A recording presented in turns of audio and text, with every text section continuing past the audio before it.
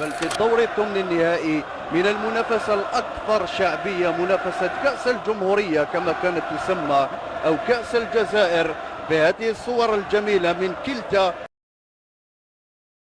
المناصرين. من جانب اتحاد الحراش 74 شاهدة على صدق الجاني، احنا اول من احرز الكأس في القسم. عدة ملاعب كملعب علي عمار بالدويرة الشهيد علي لابوانت، ملعب المجاهد الراحل حسيني احمد معقل شبيبة القبائل العملاق، ملعب هذا الملعب بوهران، وملاعب اخرى دشنت تعزيزا للبنية الرياضية الجزائرية. اليوم مولودية وهران واتحاد الحراش يلتقيان في الدور الثمن النهائي، بعدما أقصت مولودية وهران المدرسة الكروية هي الأخرى اتحاد سطيف، هنالك بملعب 8